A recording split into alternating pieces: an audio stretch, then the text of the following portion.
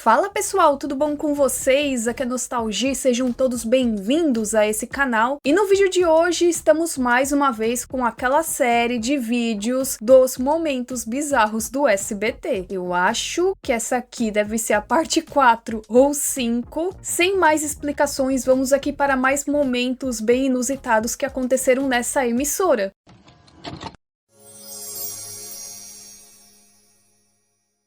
Vocês devem se lembrar que no Bom Dia e Companhia, lá na época que tinha a Eliana, depois veio a Jaqueline, sempre tinha uma participação especial. Ou era uma banda, cantor, ou um ator, um apresentador. Inclusive, essas marionetes do Mamonas Assassinas. Ficou dado por uma tal suruba. Não pude ir, Maria foi no meu lugar. Isso aconteceu em um programa infantil também. Força, não é Petunas Assassinas, não, é Mamonas Petunas Assassinas. Clandestinas. É Mamonas Assassinas, não. Petunas. Gente, ó. E ó, chegou eles aí, vamos ouvir. E nem acaba por aqui, porque nesse mesmo programa tivemos a participação especial das marionetes ET e Rodolfo. Sim, ET e Rodolfo, que eram lá do Domingo Legal, que tinham a sua versão em marionete para cantar os seus sucessos. Tudo abalado, O que tá? o meu bigolinho. De quem tá dançando?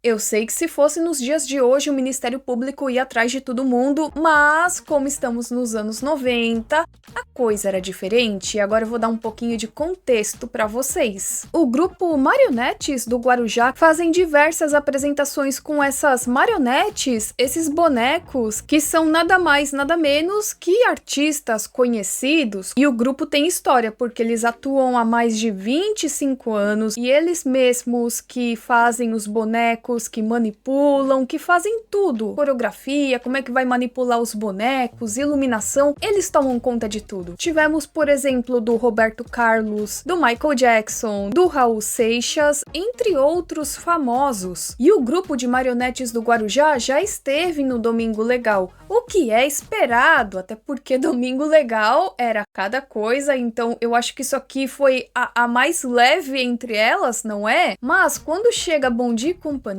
aí já fica algo meio inusitado. Ainda mais porque escolheram Vira-Vira. Vira-Vira, a música com mais coisa assim. Roda vira, solta, roda, vem. Me passar a mão na bunda, ainda não comi ninguém. A criança não vai entender, mas é explícito, né? Escolheram justo essa música. Ora, essa suruba me excita.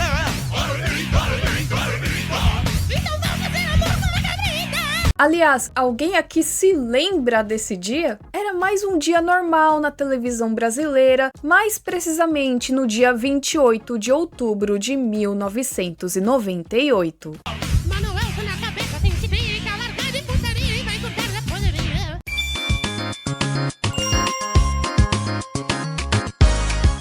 Bora falar do cancelamento da reprise do Carrossel. Eu sei que isso já é algo meio que esperado dessa emissora, mas esse caso aqui eu achei tão... Nossa! Fizeram até um aviso. A reprise de Carrossel não deu o resultado esperado pela direção artística desta emissora. Que coisa, não? Não que o SBT não tivesse feito isso antes, mas a maneira como isso aconteceu foi bem, assim, inusitada, eu diria. Na verdade, esse é um ponto que a gente fica meio dividido, porque é natural do SBT ser assim, né? O Chaves, que diga. O último episódio do Carrossel foi exibido pela primeira vez no dia 26 de julho de 2013. Ou seja, a novela ainda estava no hype pelas crianças, e eu me lembro muito bem disso. Tudo quanto era coisa, tinha boneco, tinha brinquedo, tinha até o uniforme. Não é porque deu o último capítulo que todo mundo se esqueceu. Mas, digamos que a ideia de reprisá-la logo em setembro não deu muito certo, não foi aquele ibope esperado. Carrossel, de volta dia 2, 6:30 da tarde, no SBT. Naquele mesmo ano, no dia 2 de setembro, às 6h30 da tarde, o SBT começaria uma reprise de Carrossel. Na época, isso foi anunciado pelo Marcelo Parada, começaram a exibir chamadas e beleza, aconteceu a reprise, mas só até o dia 22 de setembro. Ficou quanto tempo? Ficou bem pouco, né? 20 dias? Eu acho que só de domingo, talvez, que não era exibido. Essa decisão veio do Silvio Santos, que trocou Carrossel por Aqui e Agora. Olá, licença que eu tô chegando. Bom comecinho de noite pra você. Eu sou Neila Medeiros e a partir de hoje estaremos juntos de segunda a sexta com as principais notícias do dia. Mas não basta só trocar. Fizeram todo um auê, fizeram um grande anúncio. Por esta razão, deixará de ser exibida, voltando à nossa programação dentro de 1 ano. Este horário terá como atração Neila Medeiros, a única jornalista capaz de apresentar sozinha o programa Aqui e Agora, enfrentando Datena e Marcelo Rezende. Estreia segunda-feira, dia 23 de setembro. Grande Silvio Santos e as suas decisões mirabolantes da noite pro dia. Depois, em 2014, o SBT planejava reexibir Carrossel, mas aí não sei no que deu, só sei que lá para 2015 eles confirmaram e houve as primeiras chamadas, mas depois em março de 2015, veja bem, em janeiro começou as chamadas e aí em março de 2015 a novela foi substituída por Rebelde, que passava às 9h15 da noite. Eu tinha me esquecido dessa reexibição de Rebelde.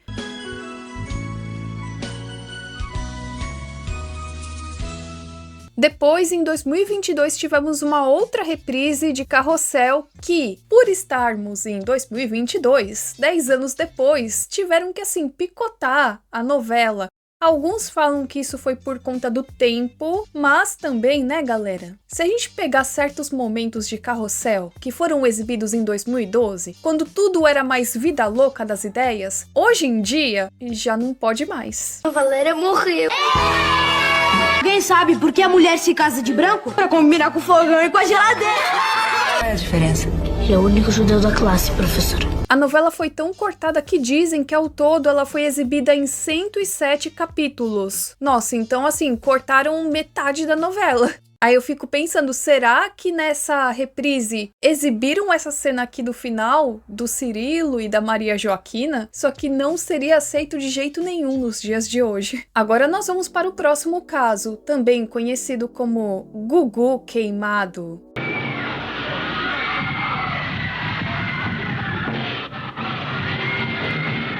Esse foi um acidente que aconteceu em 1987 no programa Viva a Noite com o nosso querido finado Gugu Liberato. E para ficar tudo mais claro, deixa eu explicar o contexto para vocês. Se vocês acham o SBT do Novo Testamento com Priscila e Udi Maísa absurdo, é porque vocês não viram o Velho Testamento como é que era. No Viva a Noite tinha um quadro chamado Sonho Maluco. Nesse quadro, pessoas enviavam cartas ao programa fazendo pedidos. Então, por exemplo, eu queria muito conhecer tal famoso. E se eles conseguissem fazer isso, aí você teria a chance de conhecer tal famoso, entre outras coisas. Mas digamos que essa pessoinha aqui que enviou esse pedido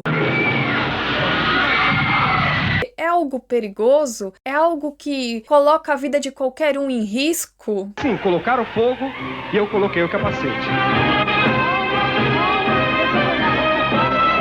Essa pessoa queria que o Gugu atravessasse um túnel de fogo. E não era um túnel de fogo comum, e sim um túnel de fogo de 10 metros de extensão. Podia ter pedido outra coisa? Podia ter pedido outra coisa. O nível que era os anos 80. E sabem de uma coisa? O SBT aceitou, o Gugu aceitou, todo mundo aceitou, ficou por isso mesmo. E vamos que vamos. Ele correu lá, foi antes de eu entrar. O Gugu até usou uma roupa que deveria prevenir queimaduras, mas na verdade só causou mais problema para ele. Houve um tumulto muito grande, o próprio cameraman largou e veja a agonia. O momento em que eu saí, que nesse instante estava quase que asfixiado. Lá estava Gugu, no dia 3 de fevereiro, lá por volta das 11 horas, em frente aos estúdios do SBT em São Paulo. Ele usava uma roupa de amianto, mas o que ninguém se tocou é que, por conta da roupa, ele ficaria sem oxigênio. Quando o Gugu entrou no túnel, ele já começou a se sentir mal. Os gases intoxicantes penetraram em sua roupa, que impedia o apresentador de respirar. E para piorar a situação, o Gugu estava com um capacete. Que não dava mesmo para ficar com a roupa. Que somente eu colocaria o capacete na hora que estivessem colocando fogo. Que eles pensaram assim, bom, é pra não pegar fogo na cara dele, certo? Certo. Mas isso só piorou a situação, porque o Gugu não conseguia respirar. Aí sim, colocaram fogo e eu coloquei o capacete. Vejam que todo mundo se escapa devido ao calor, muito calor lá. E veja a agonia.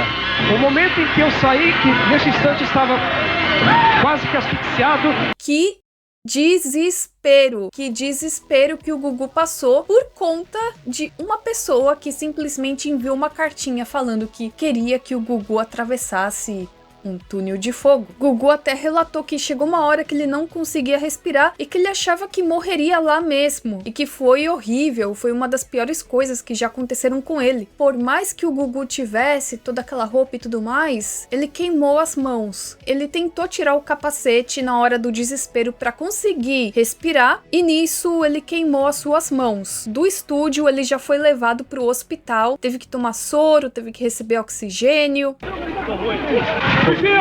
Imprestável. A entrada da TVS tem aquele toldo lá, ficou parcialmente derretido, esse toldo marrom que vocês veem, e do outro lado as árvores ficaram lá, infelizmente, ficaram também queimadas. No final ficou tudo bem, não foi dessa vez que Gugu perdeu a sua vida, mas olha, eu queria saber o que a pessoa tinha em mente com essa ideia. Falando francamente, porque é algo extremamente perigoso. O que ela achou? Ela achou que o SBT teria como fazer, igual nos filmes de Hollywood?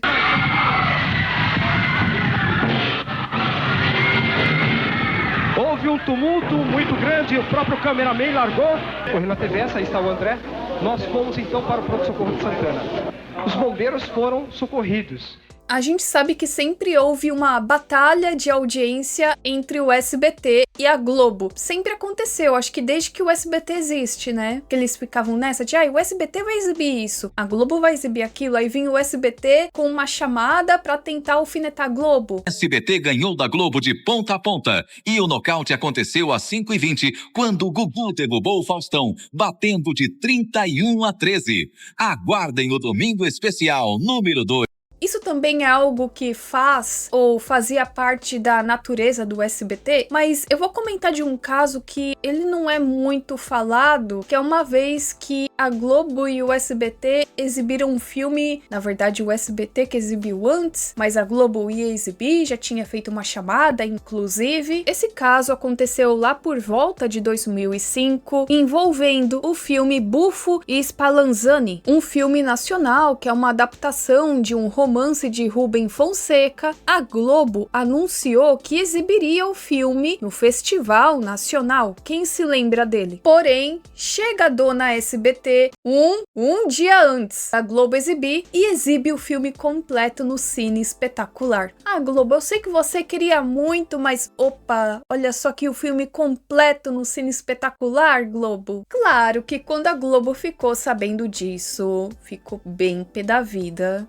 Como assim? Uma emissora quer passar por cima de mim? Como pode isso? Que ousadia, SBT! O caso, inclusive, parou na justiça e a Globo alegava que ela tinha o direito exclusivo de exibição dele até 2009, mas o SBT chegou em seguida e disse que tinha adquirido legalmente os direitos de exibição com a distribuidora internacional, que disse que estava ok eles exibirem antes. E aí ficou aquela situação de o SBT querendo ter razão, a Globo querendo ter razão em cima do SBT e vice-versa. Apesar dos pesares lugares, a exibição do filme no SBT não teve lá uma super audiência, foi uma audiência mediana, não causou tanto problema assim, impacto, sabe? Entre exibição na Globo ou no SBT, as pessoas se lembram mais dessa treta do que as exibições em si, podemos dizer assim? Na verdade, eu não me lembro de nada desse filme, olha que coisa. Eu me lembro muito do Festival Nacional, mas esse filme aqui, eu esqueci a existência dele. Esse vídeo vai se encerrando por aqui, eu espero que vocês tenham gostado. E vocês acham que tem como a gente fazer mais uma parte desse vídeo? Se sim, comentem aqui mais um momento inusitado do SBT. Eu já comentei vários nos vídeos anteriores, mas se tem algum que eu ainda não falei a respeito, é só comentar aqui. Nós nos vemos na próxima e tchau, tchau!